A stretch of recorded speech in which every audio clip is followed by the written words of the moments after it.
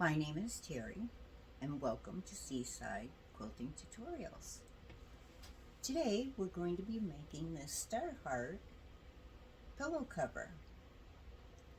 The form pillow inside is 20 by 20 inches, and the cover we will be making is 18 by 18 inches. Okay, let's get started.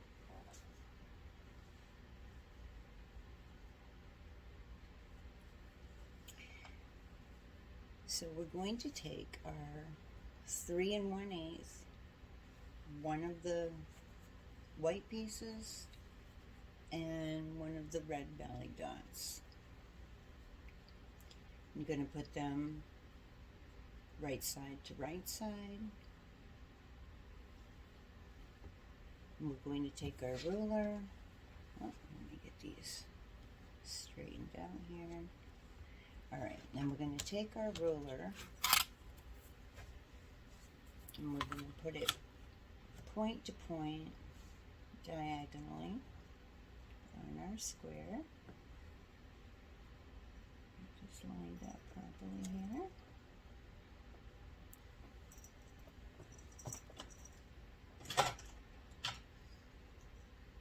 I'm using a Frixion pen to do my marking.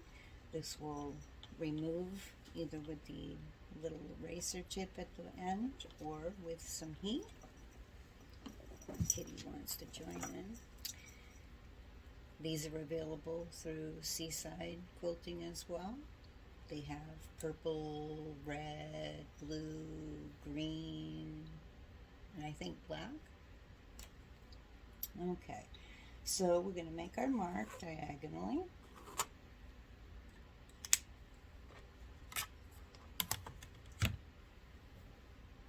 And we're going to be sewing 1/4 inch on each side of the line.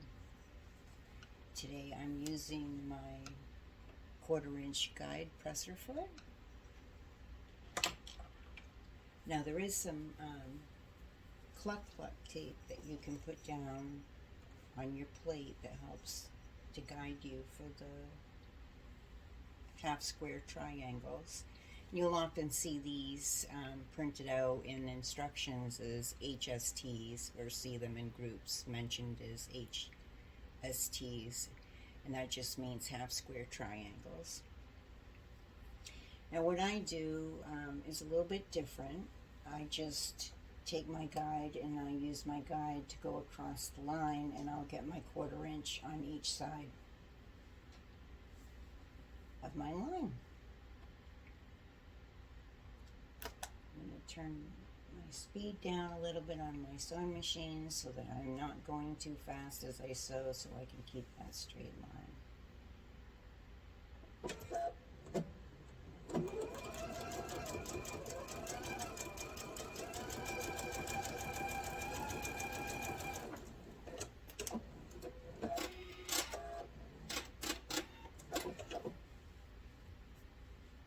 To the other side.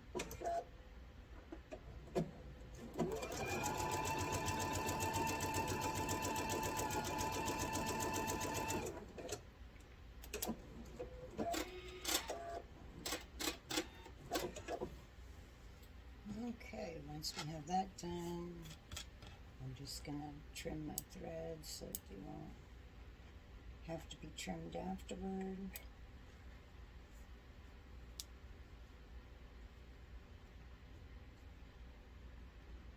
Get those out of the way. I have threads going everywhere here today. Okay, and then we're going to take our cutting mat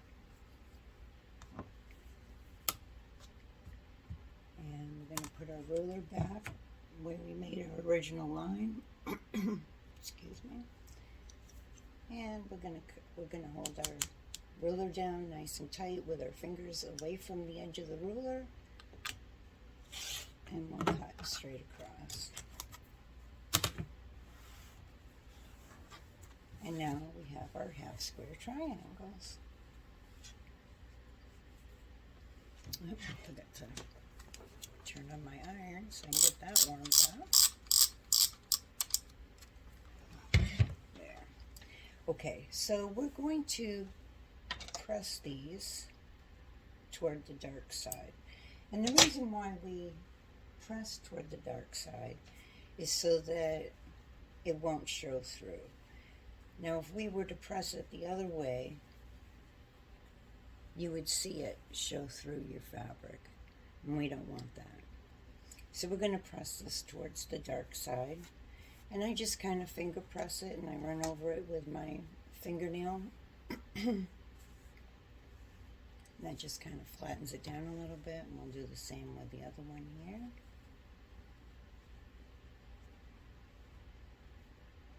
Oop, almost pressed it to the wrong side.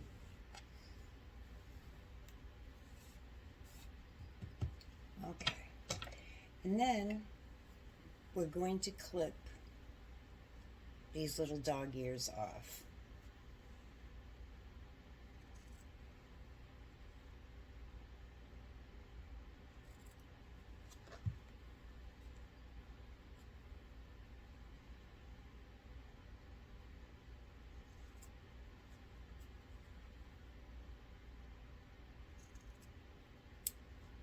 Okay. And I've got a nice little wool mat here. I like ironing on this. Keeps it so that I don't really need to use steam when I'm at my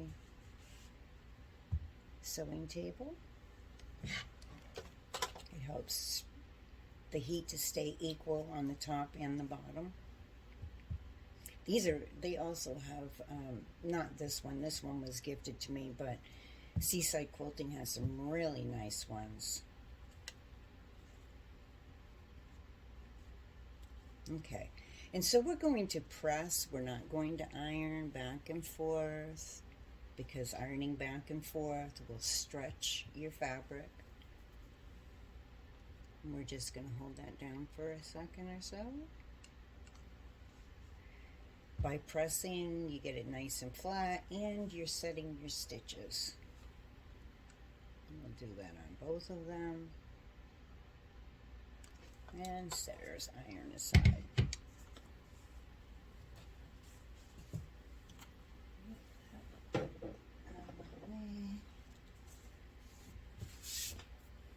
There we go. Okay, so now we are making the top one side point. We'll have one point on each side, which will be the top of our heart. We're going to fold this over so it's right side to right side. I put a little clip on the end once I get it lined up.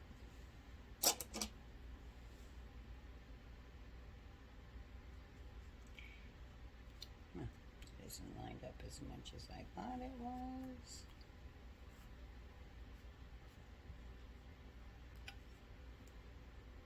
There we go. Okay, and so the one thing that we're going to be concerned with on this, because we want our point to match up so that it comes to a nice point at the top of our heart, I'm going to put our pin in so that it's going into the seam on this side.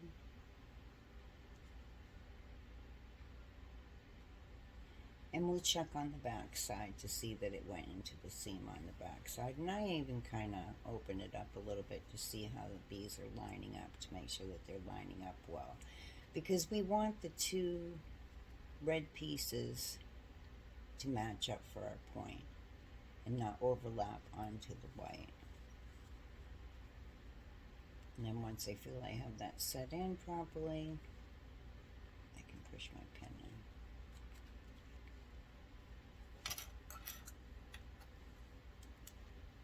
Okay, and we're going to sew a 1/4 inch seam going down this side.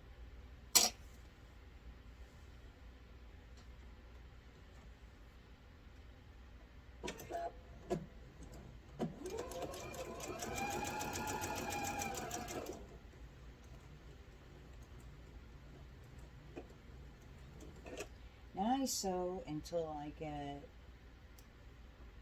onto the first part of the fold. Not too close to the pin because you don't want your needle to hit the pin, which can often break a needle, or it can cause a burr in your sewing needle, or sometimes chip a little piece off of it, and then it's not going to sew properly. And then I can just pull my pin out because I know that I have the sewing needle holding on to it.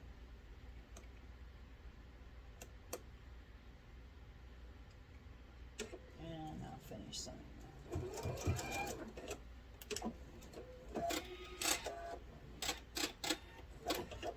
Okay. Clip our threads, get those out of the way.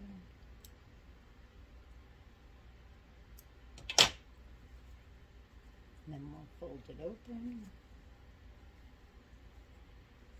And we have our nice little point down at the bottom.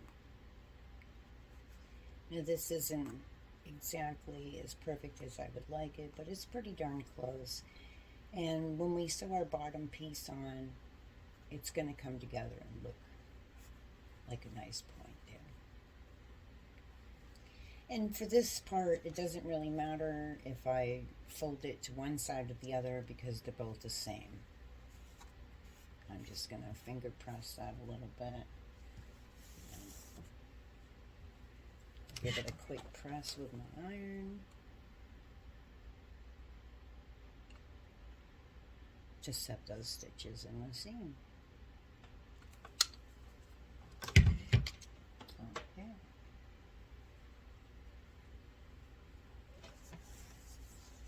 And I've already done the HST for this one, so I've created my half square triangles.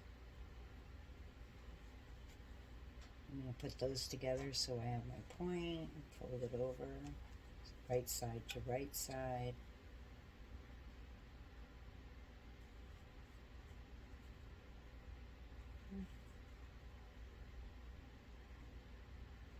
Okay, get my pin in again.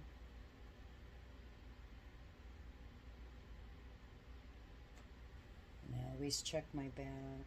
My pin went in pretty nice, but I'm still going to check it here to make sure that my pin is both in the top in the seam and in the back in the seam, and it is. So we're all set with that. I'm ready to sew.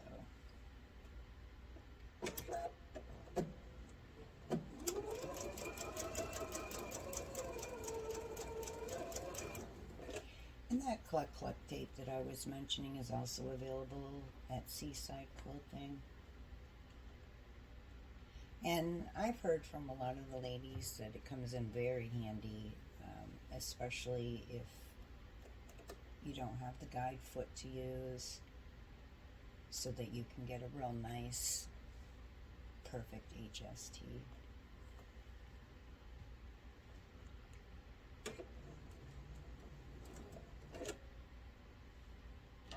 I've got my, excuse me, my fold is sticking up, so I lifted my foot and I'm just going to press that down in place and put my foot back down so it doesn't, so when it sews, it doesn't push my seam this way.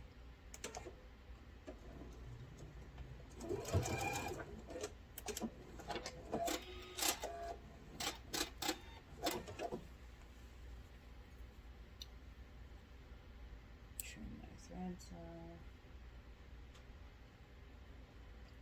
Now you can trim these afterward, it's perfectly fine, but I like to get them done as I go quite often, and I don't have to sit and worry about that when I get my project done. Okay, and once again, we're just going to finger press that. That one didn't quite get as nice as the other one did. See how the other one comes to almost a perfect point? This one is just a little bit off. Now I could take that apart and re-sew it and realign it a little bit, but I really feel that once I get my rectangle on, you're not even going to notice that that's a little bit off. So I'm not going to worry about that. Give that a quick press.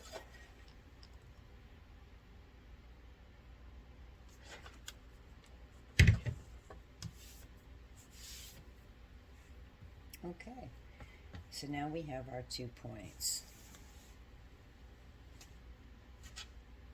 And this will be the top part of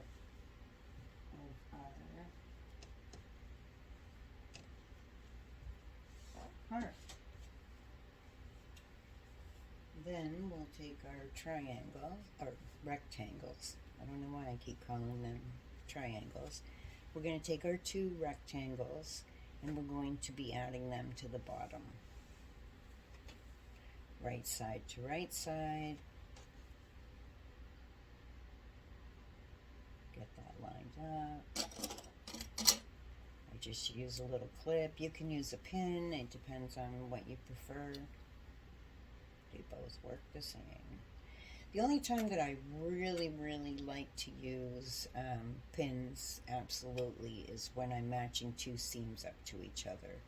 Because then the pin can go into the seam and I can check it on the other side. Where if you were to clip 2 seams that you're matching together, sometimes that fabric will move as you're sewing, and then afterward you end up having to use your seam ripper and take it out, and it's quite frustrating. So for that, I do absolutely use my pins.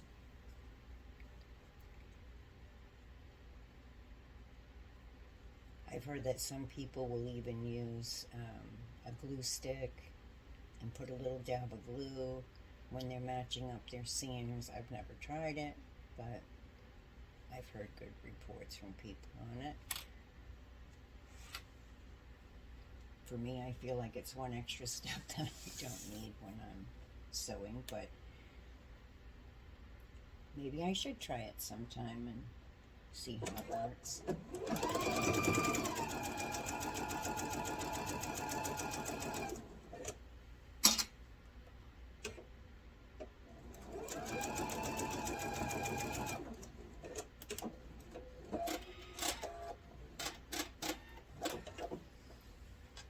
Okay, and yeah, I did that right.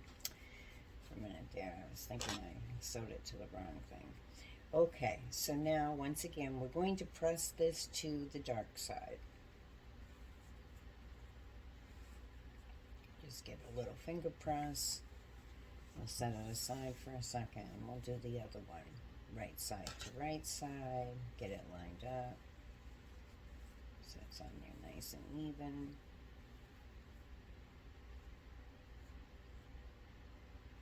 It's trying to mess with me today. Put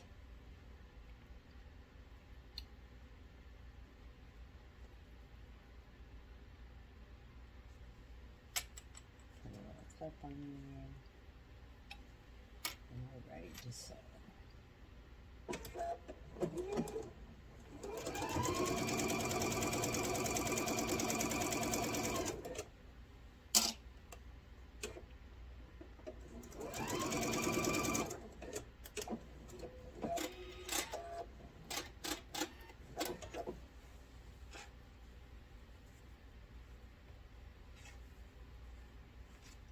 Press that toward the dark side again.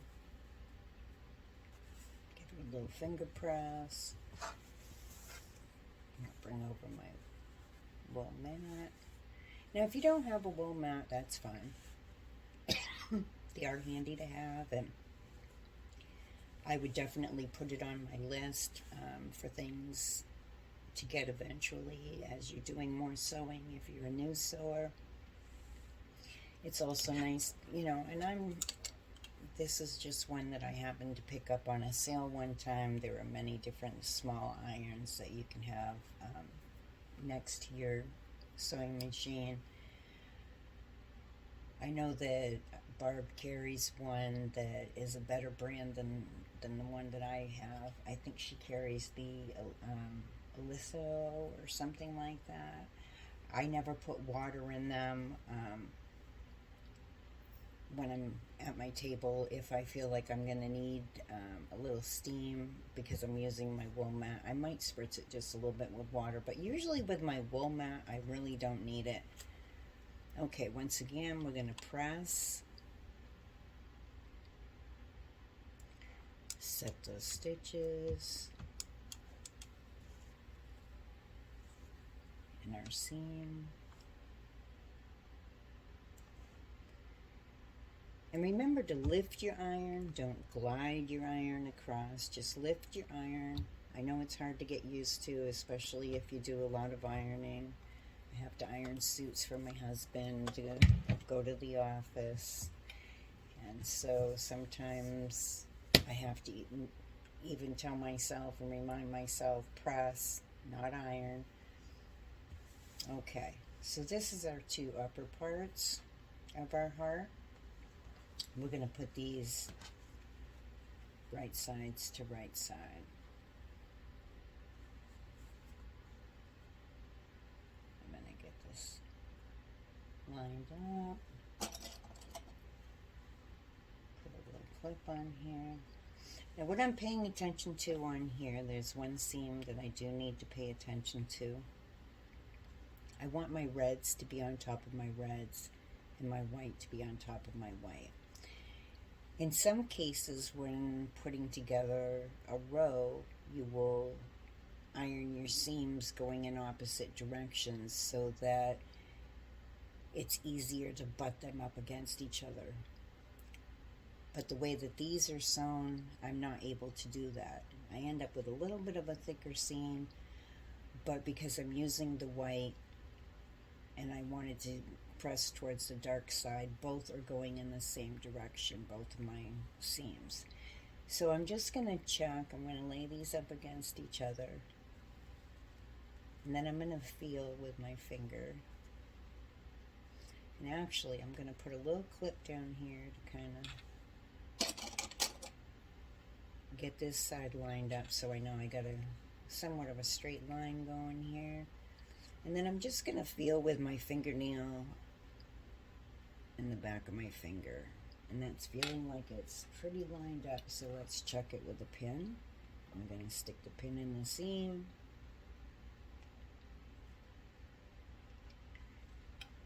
and then I'm going to check it in the back. And I'm just going to open it up a little bit, and I'm going to see where my pin is going. I know it's in the seam on this side where I stuck it in. And I'm checking it on the inside to make sure that it's up against the seam in there. Excuse me. I've got some allergies going on. It's got me a little bit congested. Get a cough drop here and see if that will help.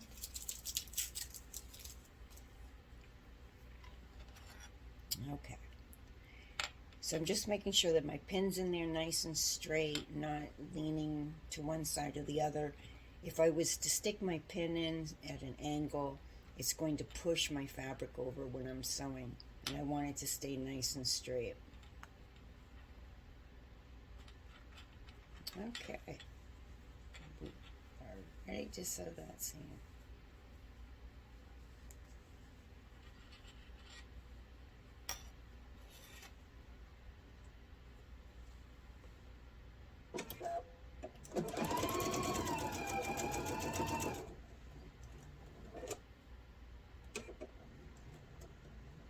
I'm going to get that up there almost to the pin, but without hitting my pin. So we go just a little bit extra slow when I'm getting close to the pin, because I like that pin to hold that in place as long as possible for me.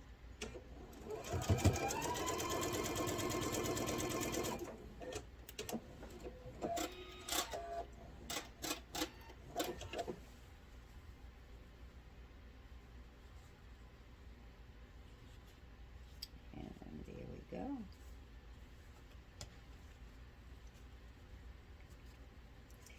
Now I'm looking for my point to be as close as possible, right in here. This is a pillow. It's gonna sit on my couch. I'm not gonna be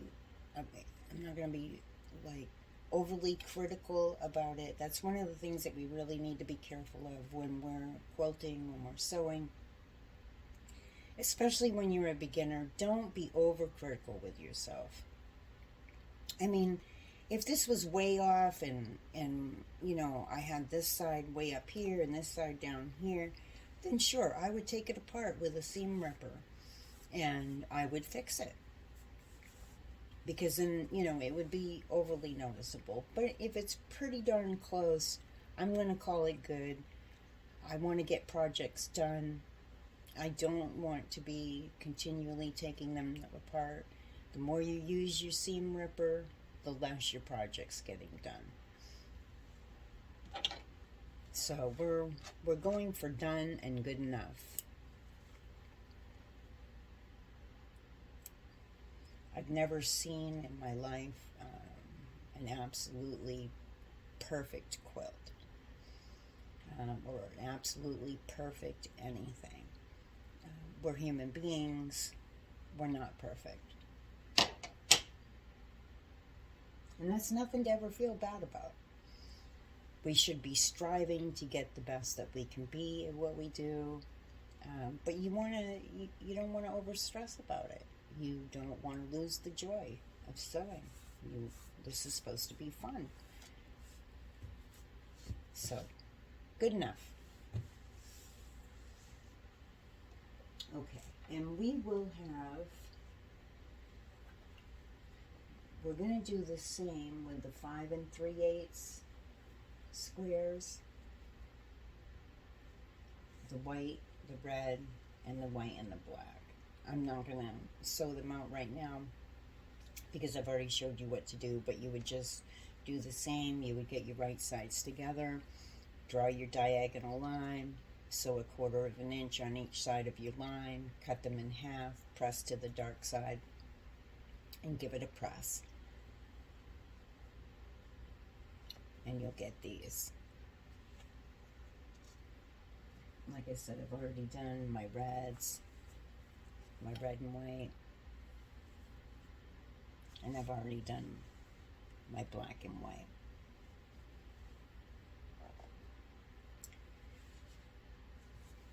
Just a couple steps ahead, so we didn't have to do them all at the same time. Now these, and you can use your picture on in your PDF file to see how everything lines up.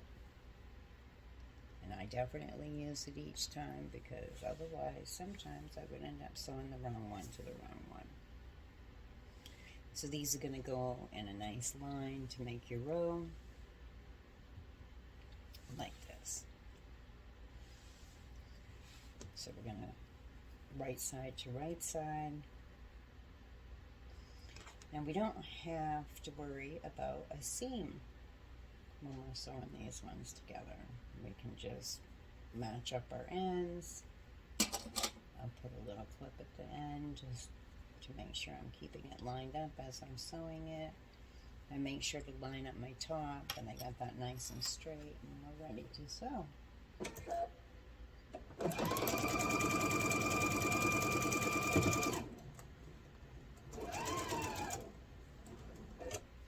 When I get down here to the end, I just want to press down, make sure that my seam is going to stay nice and straight and not flip back on me when it hits the presser foot.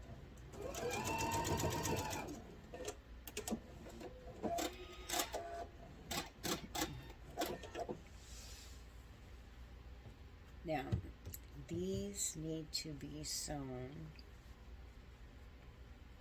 I'm not sewn. Pressed in a direction so that they match up. And this is my top.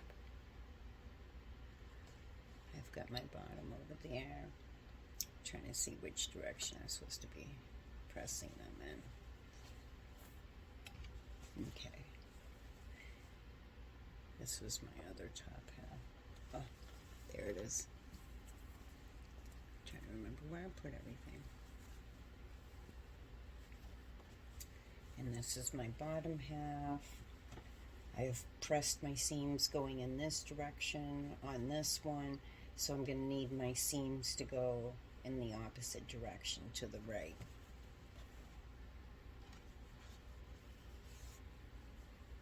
I'm going to finger press these, which will be to the right one. It looks to the left right now because it's upside down, but when I put it upright, it will actually be going to the right. I'm just going to finger press that a little bit.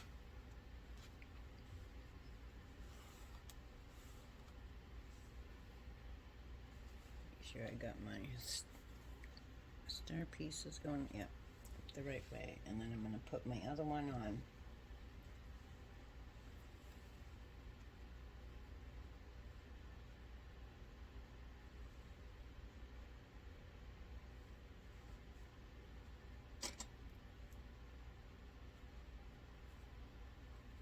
Okay, get this straightened out some.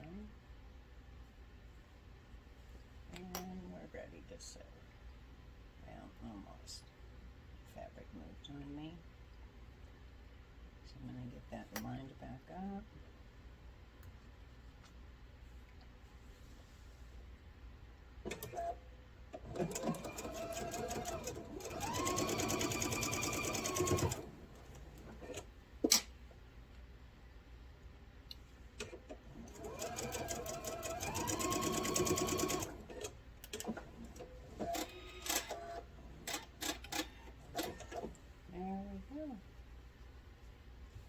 Just going to make sure I finger press this going in the direction that I needed it to go in, so it's going along with my other two seams, and I'll have them all going in the same direction.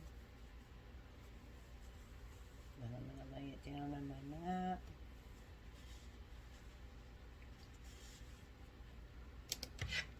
And I'm going to give it a press on each one of the seams.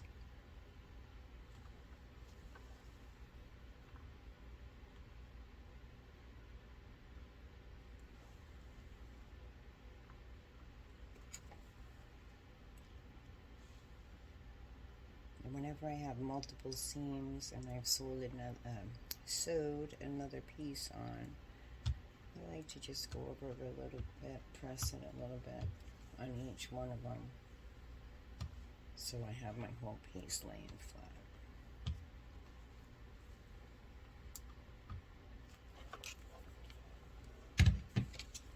Okay.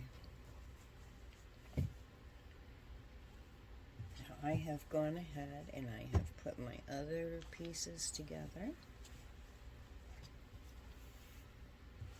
Now you'll just follow your blocks along. You have 4 pieces that you cut out to be 5 inches. And each one of those 5-inch squares is going to go in one of the corners. Just like that. I already put 2 rows together, but I'm going to show you how to put the rest together. So these are my 2 bottom rows here. I'm going to be putting on the row that has the points that we made. I want right side to right side.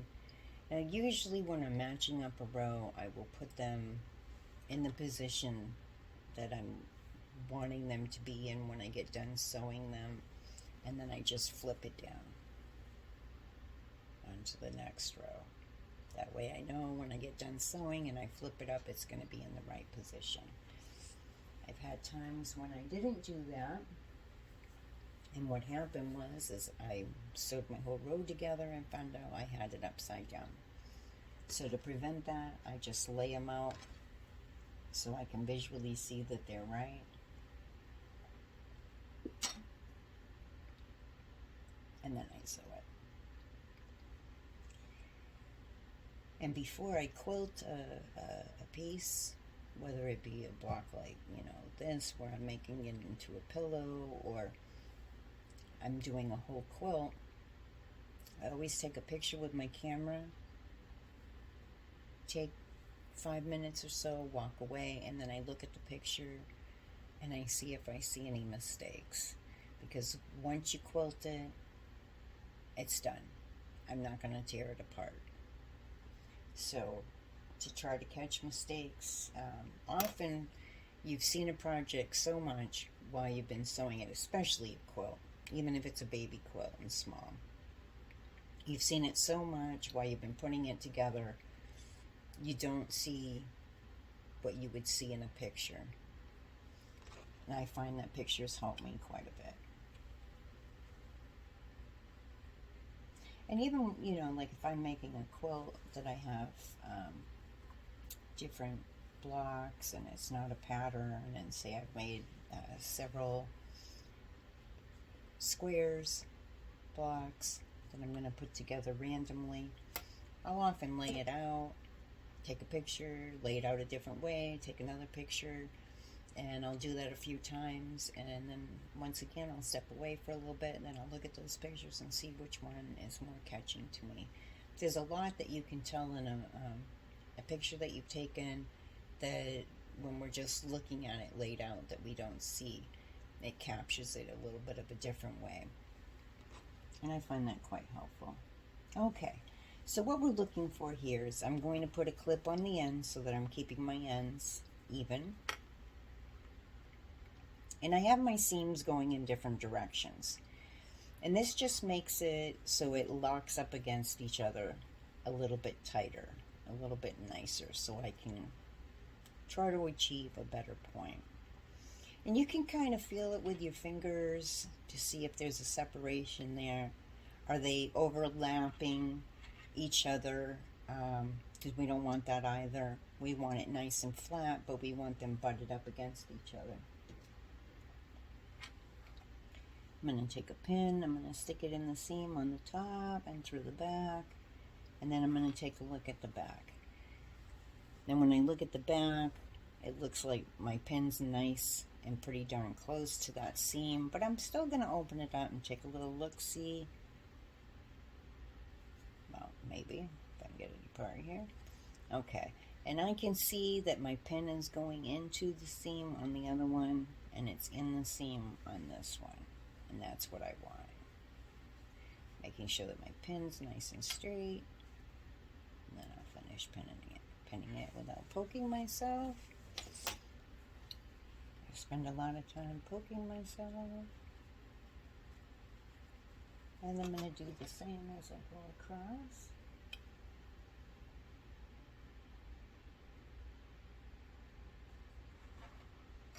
Check on the back, and this one's just, it's not a lot off, it's just a teeny bit off. It's not quite to the seam, so I'm just going to ease my pin out. I can see my poke hole, which I probably can't catch on camera, but I can see my little poke hole, so I'm going to put my pin back in right next to it up against that seam. So I can make sure that they're nicely butted up against each other, and I'm going to get my pin in there straight. Make sure my tops are straight, and continue to pin it. And one more time. And when I get to the end, I'm going to put another clip at the end to keep it straight. And I'm also going to put a clip over here so that I keep a nice straight line as I'm sewing.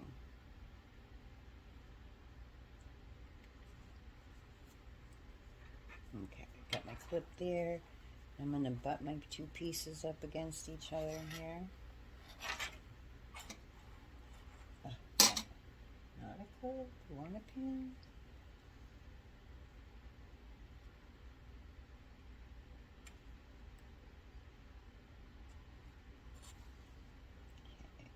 Check that.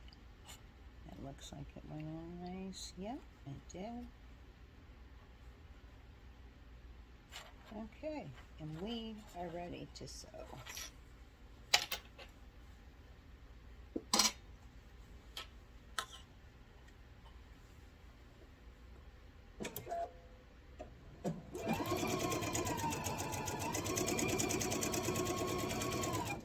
I go a little bit faster when I sew,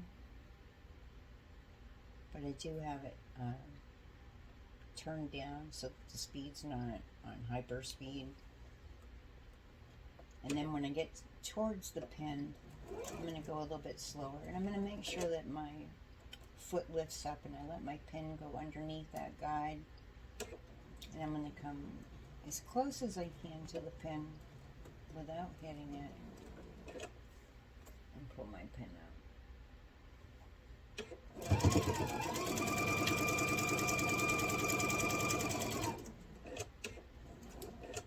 And I'll do the same as I get to this one.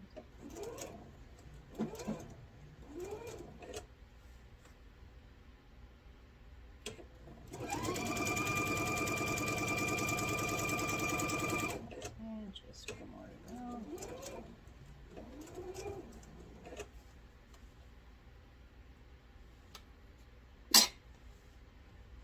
I'm going to make sure that my ends are matching up. And when you're sewing two pieces together, your feed dogs on the bottom are kind of moving your fabric at a different rate than your presser foot. Your presser foot is using pressure to hold your fabric down, but the grips on your feed dogs are moving your fabric on the bottom.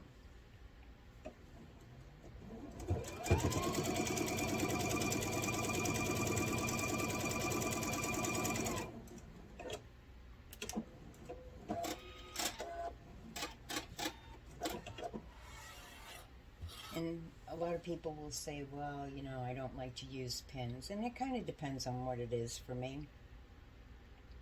But pins hold your fabric periodically, or clips, into place because your feed dogs on the bottom here are moving your fabric at a different rate than what the top is moving.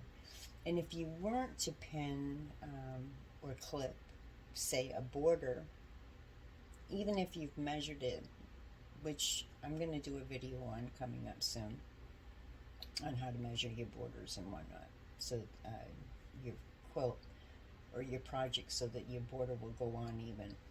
If you didn't do that, when you get down to the end, your top is often a little bit short, or a little bit longer rather, than your bottom, because your bottom has been constantly moved across at a different rate. And so then you get to the end and you're like, well, why do I have more fabric here? And then people are tempted to want to cut it, and that's how we end up with wavy borders. So we'll talk about borders another time, because we're not going to be using them today, but I will definitely be doing a video on those coming up. Okay. Now, because I'm not going to be sewing this block to another block, I'm not overly concerned with direction. Both here, both my dark is on dark. When you're doing white on white, one side or the other, it's going to show behind. It's going to shadow a little bit behind it. There's just nothing that you can do about that. So in this case, I'm going to pick the way that I feel that my seam is going to lay the smoothest without too much lumping. And right in here, I've got seams that are going in several different directions. And it's feeling more comfortable if it folds up this way. It's a little bit bulky, but it's not as bad as if I folded it the other way. So I'm just going to finger press it on a little bit. Grab my wool mat. I've got a thread poking through here from the bottom because I forgot to clip it. Get that out now. I'm going to feel and make sure that my seam is going in the way that I finger pressed it. When you're dealing with a little bit of a bulkier seam, sometimes it will fold back on you in your tea. Okay.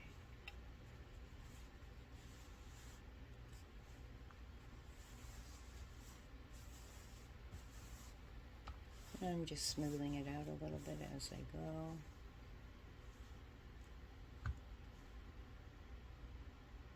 Getting these stitches set.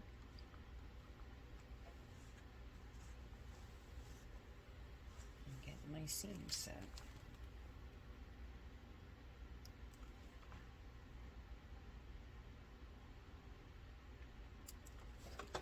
Okay, get that row on. We have one more row to add. And this one's going to go up here like that and make our start. And I've got it lined up. It's going in the right direction. My points are going out like that. I'm going to fold it over. I'm going to put a clip on this end.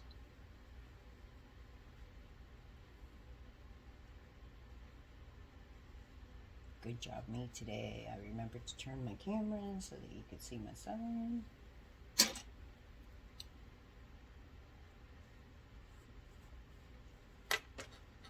I'm going to put a little clip on this side, make sure I'm keeping that part even. Okay, I'm going to, and you know what? All my seams are going in the same direction, and I've got to fix that. Because if they're all going into the same direction, I am not going to get these butted up against each other exactly the way that I want them. So I'm going to fix that right now. I've got the seams on this one. Let me see. Going in this direction, and this one's doing the same thing. So we're going to fix that. I don't know what I was thinking when I did that. So I'm just going to turn my seam to the other side and finger press that. And since my seam is set a little bit, to correct it, I'm going to give it a little press from this side. And that will help push that seam over where I want it. So it's going in the other direction. And that happens. Sometimes we think we have it going the right way. And then we go to sew and we realize that we made a mistake.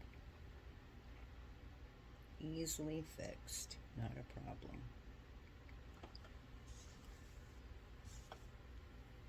Look at this one, fold it over.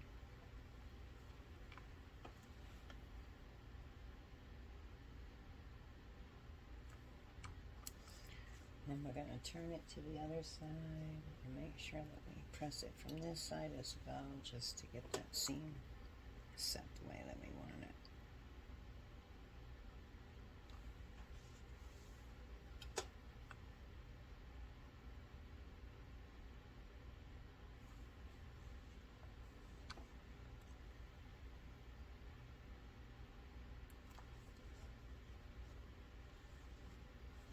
There we go.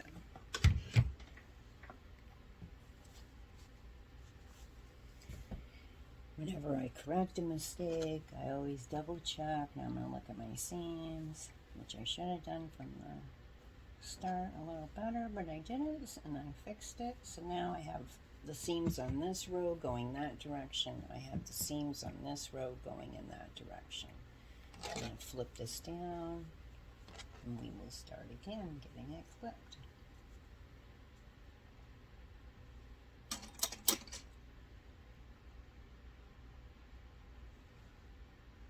Most mistakes are fixable.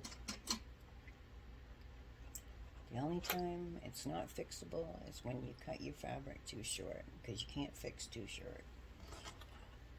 So whenever you're cutting fabric, you always want to measure twice, sometimes even 3 times if you're tired, and cut once. Trim these threads so they don't come poking through when I sew.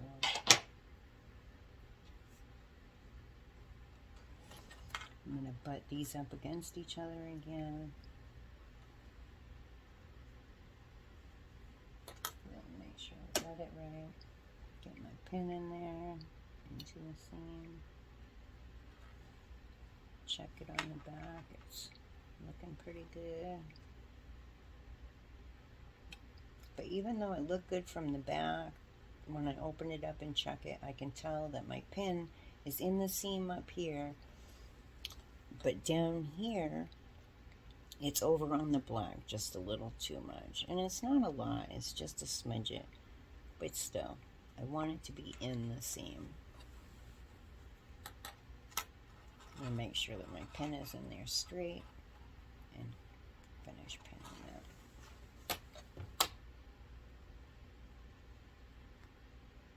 Get these two butted up against each other.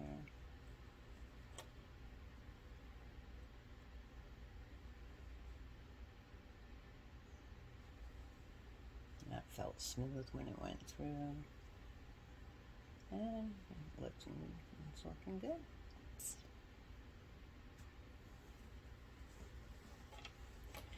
Once again, when I get to the end, I'm going to put match these up. I'm going to match up my side down here. You don't absolutely have to do that. I just like to do that because then as I sew, my fabric doesn't shift on me. And I know that by holding it with a clip, it's going to keep it nice and straight. So my edges will be nice and straight for me.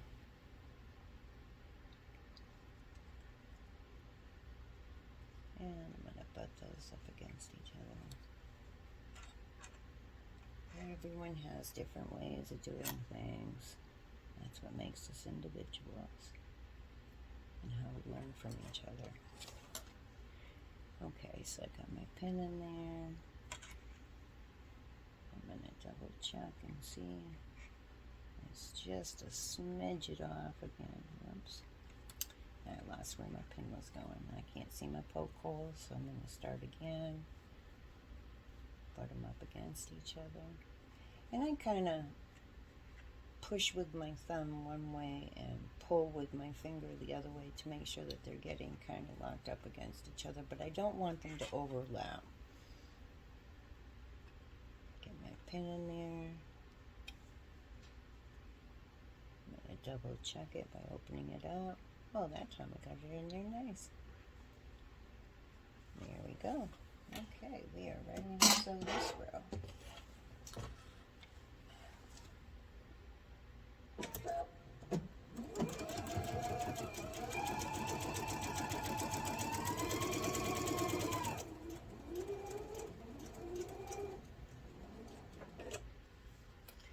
Everybody's having a nice beginning of the February.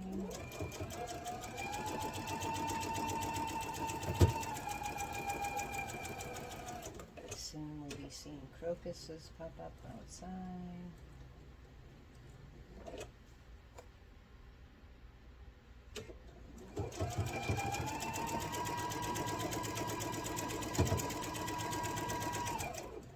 I thought since Valentine's will be coming up with these star heart pillows would be fun to make.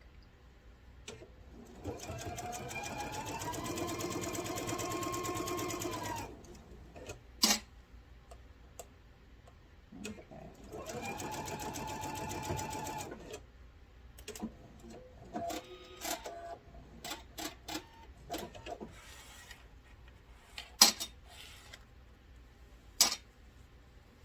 And you would do the same thing with this one. Flip it over. I'm going to take a look-see, see how my seams are going. It looks like it's going to lay nice and flat going this direction. I think they all were doing better going this direction actually, and I'm going to finger press just a little bit.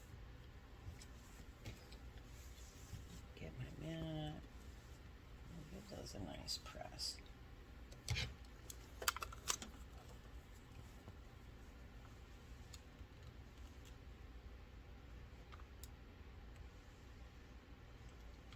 I hope you've been stopping in to see Seaside Quilting Supplies lives on Thursdays and every other Sunday. They're a lot of fun.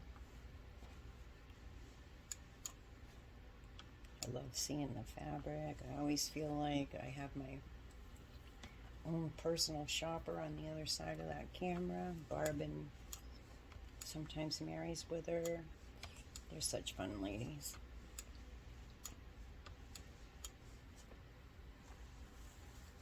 They're always so helpful. If we ask to see something, they show it to us, which is just lovely. You don't get that when you go to a quilt shop or a box store. You don't get that personal attention as frequently. And I hate shopping personally. Probably sounds crazy, but I used to like it more when I was younger, but the older I get, the less I really like shopping. So to be able to see my fabric at home and have it shown to me and held up in the camera is just a lovely thing to enjoy. And they have such beautiful quality, quote, quality fabrics. Hoffman, Kaufman, Riley Blake,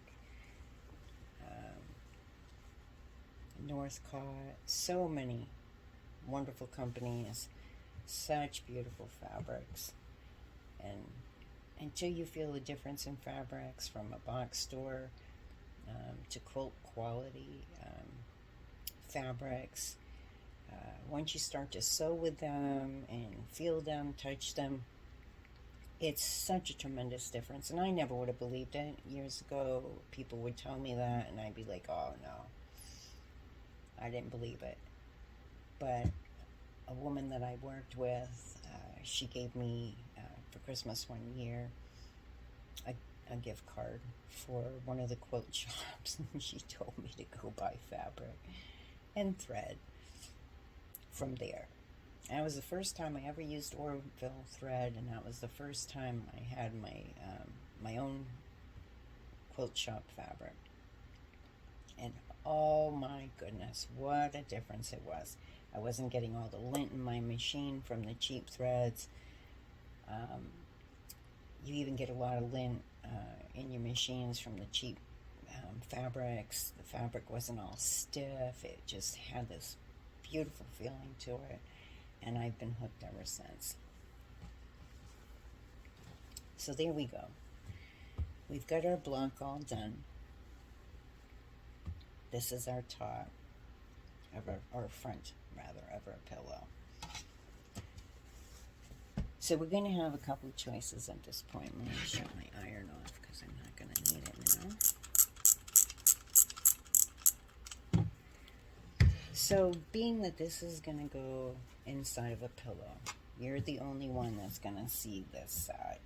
So we could make our back, sew our back on, and stuff our pillow in there, and we would be all good to go. The other option is to get some fusible fleece, and you can iron the fusible fleece on to the back.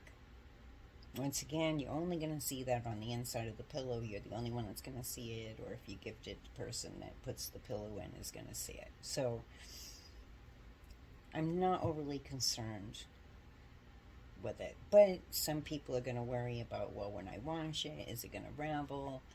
Are my seams going to end up all disarrayed and whatnot? And you'd have to press them each time to make it look nice when you put your pillow back in. So by putting the fusible fleece on there, it holds all your seams in place and it makes it a little bit nicer. Now that's if you don't want to quilt it. I love quilting things. That's my favorite part. The piecing is what I gotta do because I need something to quilt on. Except for when I do whole cloth quilts. Anyhow, I do like to quilt these. I normally would do this on a long arm, but not all of you have those. So, some of you are experimenting with free motion quilting on your sewing machines. This would be a beautiful piece to put your batting and your backing on and play with it. You've got different shapes. You got your triangles, you got your heart. You have different shapes that you can play in. This would be a wonderful practice piece. A lot of people are afraid to practice on a quilt because it's so big and they don't want to ruin it. This is a great piece to make, and practice, practice, practice. However, not everybody wants to do quilting. And since this is for a pillow, it's like, well, how do I quilt it then? Okay, so let's set this aside.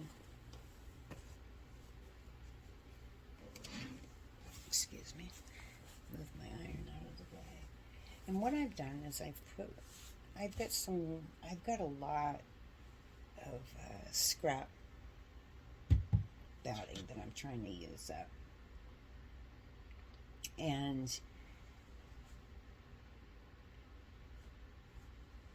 I've got a lot of just plain white, some solids around. You can use any color solid.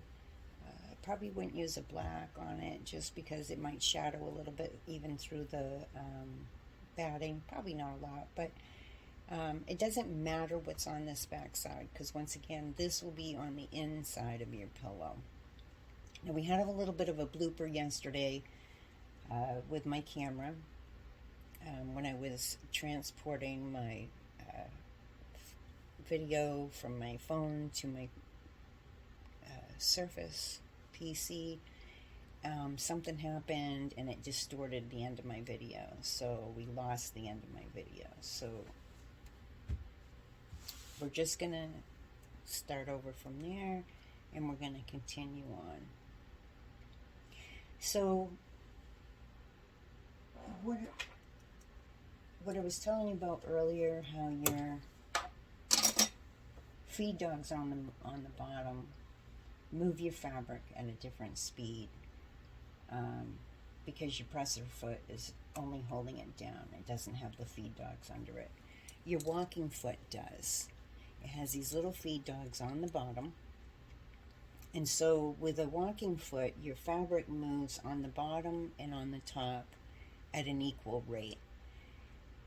When you're getting to this many layers, unless you're going to do free motion quilting, and then you have different feet for that, and you actually put your feed dogs down out of the way because you'll be moving your own fabric. But we're going to do what they call stitch in the ditch, and I'm going to use my walking foot. And I like that, this will hold it pretty nice in place for me. It helps me to do a good job, and this doesn't take long to change out. So I'm going to change out my foot, and then we'll get started with that. Okay, so we have that all switched out over to the walking foot. One of the things that I wanted to point out, if you don't have a walking foot and your machine can use one, I really do highly recommend to get one. When you're sewing thicker layers together, it helps so that you don't get puckers when you're sewing. If your machine doesn't use one and you can get a stitch in the ditch foot, just go a little bit slower as you're going and smooth your fabric out. It's really important, even if you're using a walking foot, to sew in the ditch in opposite directions. And what I mean by that is you will sew straight down here, which I already did yesterday when I was filming, and like I said, we had a little bit of a blooper, but I didn't do all the seams, so I'm going to show you some of them and how I did it. But you're going to sew straight down this way. When you come back, I went up this way, and then I went around my heart because I wanted my heart to pop out a little bit. And I went over here, I went down to the point, up over here, down, down, and down. And then I went straight down. So I started here, ended actually at that point, and then I came back up here and I started at the point. No, I started at the end, sorry. Don't mean to confuse you. I started at the end, I sewed down until I got to the point. That way I'm sewing my seams in the ditch in opposite directions. And when I got to the last one, I went from the bottom up to the top. Now, when you do your, if you want your, now you could just do that, and then you're gonna go in the opposite direction. You're gonna start. Let me see if I can get this in the camera. You're gonna start at one side. You're gonna go straight across, which I didn't do yesterday, and will do today, so that you can see it in the opposite direction how I did it. So I'm gonna sew in one direction, then I'm gonna come here, I'm going to stop, I'm going to end off my thread, I'm going to come over to the other side, and I'm going to go across and then across at the top. So we'll do that part today to show you how that works out.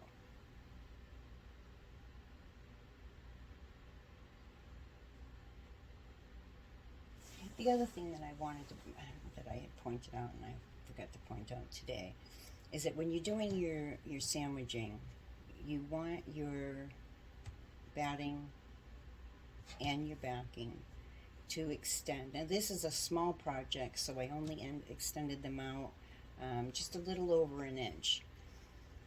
If it was a bigger project, like a quilt, if it's a crib quilt, I go a couple inches past my edges. If it's a quilt, larger throw size, up, I'm going to do about 4 inches on each side extra. The reason for that is that when we're sewing, the fabric's pulling in from our stitching, and so your batting and your backing are pulling in. Your top's going to stay nice and smooth, but they're pulling in.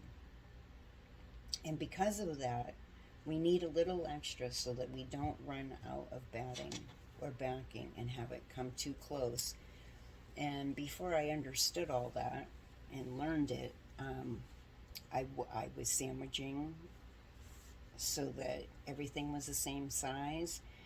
And all of a sudden, when I got to the edge, my batting and backing were up under here, and I didn't have enough for it to be under there and to be quilted properly. And over the, I've learned a lot since I first began, and I've learned that you need that extra, which my hair falls out all over the place. You need a little bit of extra, and then at the end, I'll show you how we trim that off. So we're going to start on this side. And yesterday I was showing the trimming, so we have a piece off. I'm not going to worry about that. I should be fine, since this is a smaller project. Get that up under the needle. Now what I'm looking for here is I'm looking that my guide is going to sit between my seams, where I have 2 different colors of fabric. I have white on this side, I have black on this side, and eventually I'll be down to the red and white. I want my stitching to stay in between the seam,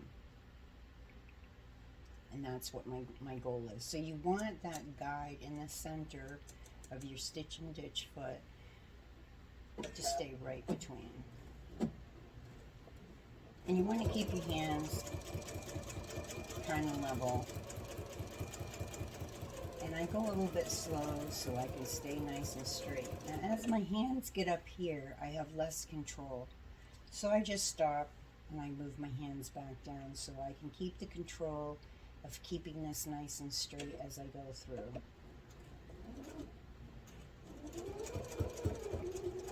I'm used to doing this on my long arm. I originally started learning on a sewing machine, which someday I'll show you how I did all that. However, because I'm not used to doing it this way, with the long arm I have more view, and I can't see as well if I'm staying perfectly straight. That's why I'm paying attention to the guide. Don't pay attention to your needle up in here while you're sewing, because all of a sudden your guide will be going off.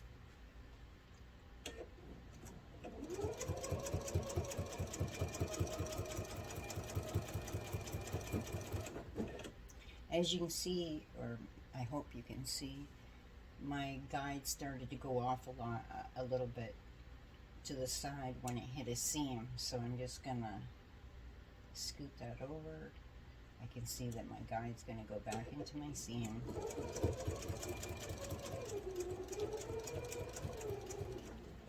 Stop, reposition my hands.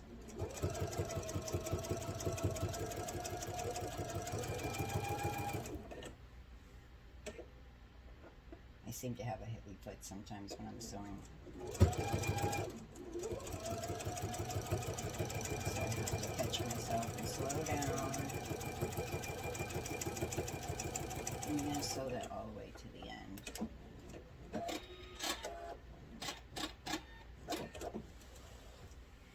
Now you're going to see I did go off a little bit.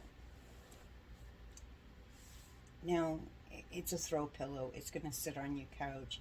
No one's going to go up to your couch and go up to it and go, oh my goodness, you messed up. They're just not going to do that. They're going to see that center heart. They're going to see the star, and they're going to be wowed by it. If you're super overly concerned with that, let me grab something and I'll show you. Since I do machine embroidery and I do a lot of quilting, I've learned this little trick. You want to do it carefully, but I've learned this little trick that kind of takes care of some of the little mistakes that will happen when you're doing machine embroidery. Sometimes your bobbin thread will come up through, you don't like it because it shows. And here I've gone across this line. Now you want to be careful when you do this, but this is a little cheat fix that I've learned over the years. You don't want to touch the white with it, and you always want to use a permanent marker. Now I have one of those that I bought that has several colors in it for stuff like this. And like I said, you want to make sure you're not touching the white, because if you touch the white, sometimes markers will bleed a little bit, and we don't want that to happen. But I'm just going to dab it up against those stitches, just very carefully, just easily dabbing. You could even put some tape across your white up to the seam if you're overly nervous about it. I'm used to doing it. And I'll show you in a second what happens when you do this. You definitely want to use a permanent marker when you do this. They do have some fine tip ones. I just didn't have one handy. But let me show you. And I hope you can see this well in the camera. You see how I went off? Let me see if I can get it closer so that you can see it. I went off over here. I dabbed it with my marker, and now you can't even tell that those bad stitches happened. And I'll finish that afterwards and finish out my line. And, you know, like I said, I have multiple colors, so sometimes it's just impossible, even with a stitch and ditch. If you've practiced with it a lot, you get better at it. I don't do it a lot, so I'm not. But you can see that the same thing happened over here. I'm hoping that that catches in the camera. I have red markers as well, and I'll just, it's closer to the blacks. I haven't got as much problems with it bleeding, but red and black especially will bleed a lot, and blue. So I make sure I don't get too close to my white. But I'll just dab that red on those white stitches. And then, unless you went right up, like, close to it, you're not going to see it. And it just kind of sets it off so nobody notices it. You'll know that it happened. Who cares? Life isn't perfect. Okay, so we got that seam done. Showed you my little cheat. And we're going to come back over here. this seam. Going in the opposite. Oh, wait a minute. Yep. Okay. I was making sure I was going in the right direction. And I'm only going to do this until I get my seam where the red is. Now I have a fix option on my machine. Your machine might not have one. That's fine. Just do a couple stitches up and down to lock that stitch in place, and then cut it. Now with my machine, when I cut, it pulls both my threads to the bottom, and I can trim them later. And then I'm going to come down to this side, and I'm going to eyeball and see in the hole that my needle is going to go down into the seam. I'm making sure that my kitty wants to join in. She thinks that she should be the supervisor on the video. We don't need her today.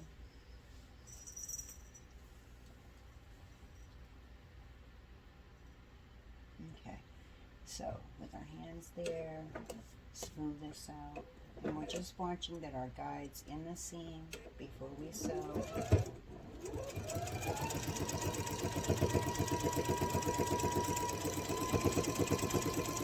And we'll sew all that all the way together.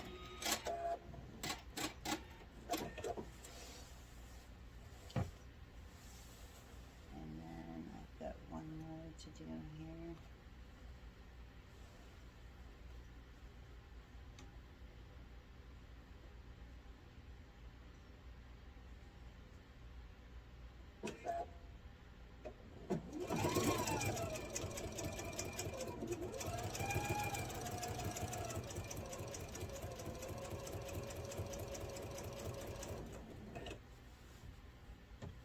Now I got this so like it's going up my side on the inside of my machine, and it's kind of pushing my fabric this way.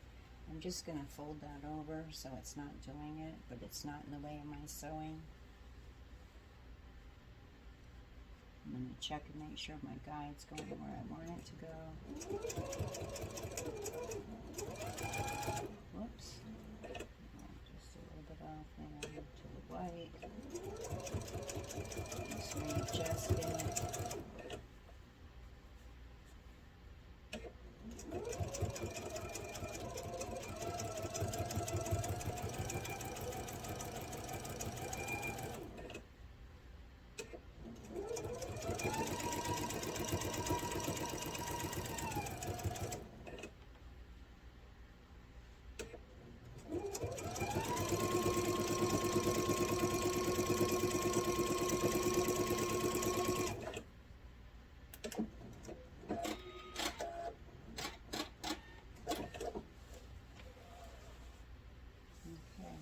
Couple oopsies, got onto the black.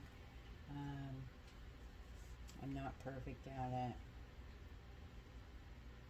but I'll touch those up after. They won't even be noticeable.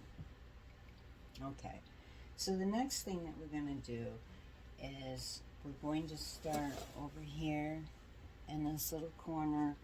We're going to come down diagonally till we get to the point, and then I'm going to go back up. And we'll just end it off, and then we'll do the same each time going around in each one of these so that we can make our little star points pop as well. Now, this is the one that I'm doing this month because it's February.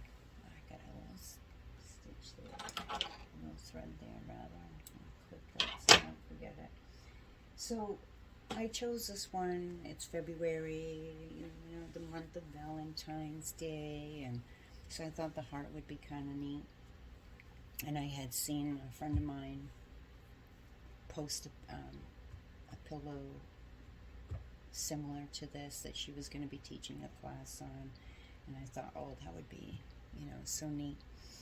And she's the one, Deanna, my friend, who I worked with for a while, and I had taken her class on how to do the hidden zipper back. And I'm amazed because I remembered how to do it. So I'm going to be showing that to you today as well. I'm going to do that in a separate video, and the reason why is because it will be easier in the future if I show you more designs to do for your front of your pillow, to be able to just, grab that video back for the backing and use it as you're making your backing until you've made a few of them. And once you've made a few of them, you won't need it anymore. But also, because say you wanted to take one of the blocks that we're doing the first half of this year, Barbara McCauley has been doing videos on those for a sampler quilt. Now those blocks are 12.5 by 12.5 unfinished, and you could easily put a border on each side and then a border on the top and the bottom to get them out to the 18 inches. And once you get them out to the 18 inches, then you could just follow through and make your backing and have a throw pillow. Now, the reason why we're doing 18 inches and we're using a 20 by 20 inch form pillow is because anytime that you're making a cover for a form pillow, it's always recommended to go 2 inches smaller for your cover. Then when you put your pillow in, it's nice and plump and fluffy looking on your couch instead of looking all flat and blah. So if you were to make one for a 16 inch throw pillow, you would make a 14 inch cover. If you were doing one for a 12 inch or 14 inch, same thing. You just make your cover 2 inches smaller than whatever your throw pillow size is. I wanted to do some that were 20 inches for my sofa, so that's the size that I decided to do for the class. And now, don't feel like, oh, Terry did these in white, black, and red, and you got to follow those colors. Don't worry about what colors I picked. This is the colors that I liked. I felt that they would be striking. I wanted my star to pop. I wanted my heart to pop. This is, what we chose to use. But you could have a pink heart and have gray. You could have, you could even make this more of an ocean theme, and you could have blue for your stars, or you could have blue for your backing and have something, different for your stars. You could have, you could use little seahorse fabric in here for your heart. You could use shell fabric in here for your heart. It's really all in what you want for your decor, or if you're doing it as a gift for somebody, what is their decor? What can you match in their room where you feel that they would use it? These make wonderful gifts. It's fun to give these away. I like to make them for my kids and different people. Sometimes to match a quilt that I'm giving away. I might sometimes make some throw pillow covers to give to them. It's just a fun thing to do. So my goal this year was to make some that would be exchangeable. So I'm making these for February. Probably use this, February and March, and then I plan on making some spring ones and making some summer ones, making some fall ones, because fall colors are just so pretty, and then some cute ones for Christmas. And so I probably won't do one every single month, because I just think that would be too tedious to change these out every single month. But I'm thinking maybe seasonal. And as I come up with different neat block designs, I'll be sharing them with you. And as I share them with you, I'll only be showing you the top, since I've already showed you this, and I'll be doing the backing in a separate video for that same reason, that anytime, you know, that we do a top, you'll be able to take that bottom and apply it to the top that we will make for, or front rather, that we will make for our pillow cover. So one last thing before we end this video, that reminds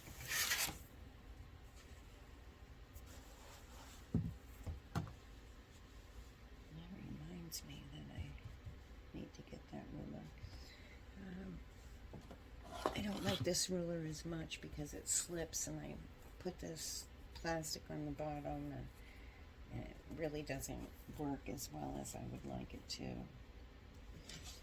So I eventually, I had ordered one from Barb, and I'm waiting for that to come in so that I can have a nicer ruler.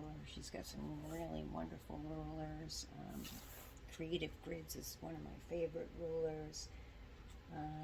I think Quilters Select is the other brand. All those are wonderful too, because they have a non-slip backing. These don't. And so I find them frustrating, because even though I have that, what's supposed to be a non-slip plastic that I stuck on the back, and these don't have as nice a markings as what the Creative Grids and the Quilters Select have. So I'm looking forward to getting that ruler in. And so I'm making sure that my corner is up in there. It's nice to use a square one when you're squaring something off. If you don't have one, I really recommend that you get one. This one is 12.5 by 12.5, the one that I have coming in on my order. And I'm going to do a better video on squaring up coming up once I have the better ruler in. But anyways, this is good enough to do what I need to do at the moment. So I want to line it up. This isn't as big of a deal as when you're doing a quilt and you're going to be putting blocks together. But it is important when you're putting blocks together to square it up so that each one of your blocks will be the same size, and as you put them together, they'll match up better. We're doing this to get rid of that excess batting and to square it up some, because you know, you want it to look nice. It's going to be your pillow. I'm going to stand up for this because I get better cutting pressure when I'm standing than when I'm sitting. If I'm doing a small cut, it's not as big of a deal, but I kind of want to eyeball this and make sure I'm getting it nice and straight.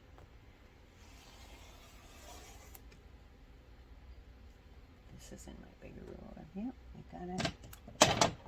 So I'm just going to trim that little piece off. And then I'm going to turn this. And you match it up in the corner. I've got a straight line on that edge now from squaring it up. I'm going to, and you don't want to be taking off a lot of your block. Little slivers will come off of your block to square it up, but you don't want a lot coming off.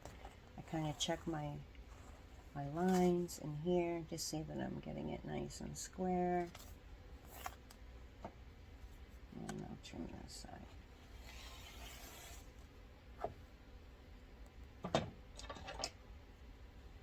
Turn that on there.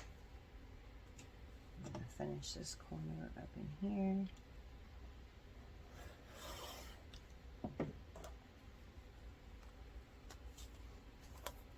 And you'll do that all the way around your pillow cover.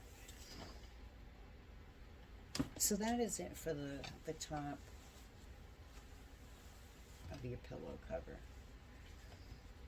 So I'm going to be filming the back for you. We'll be putting a zipper in. We'll be showing you how to hide it. you have an option to leave it the way it is, and I'll explain that a little bit more in the next video. But anyways, I just wanted to thank you for taking the time to watch the video. I hope that it will be helpful and that you'll enjoy making a pillow. If you do, please share it in our group. We would love to see your creation.